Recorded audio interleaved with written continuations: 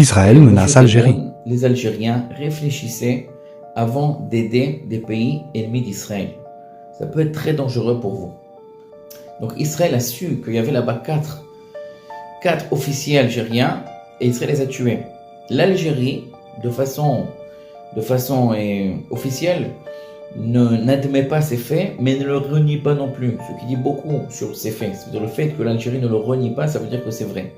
Mais l'Algérie n'aurait pas dû se mêler de cette guerre.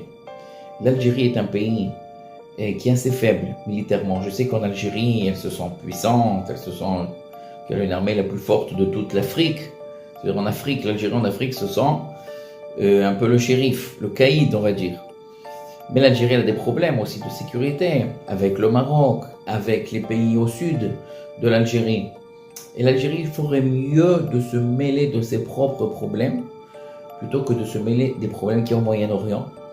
Parce que, si vous comprenez, si Israël peut envoyer des avions à plus de 2000 km d'Israël, faire des attaques.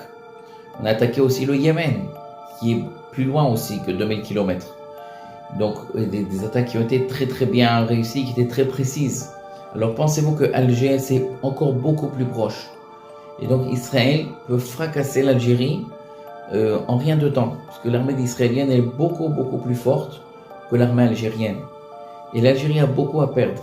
L'Algérie c'est un pays qui essaye de se développer de façon économique, militaire, etc.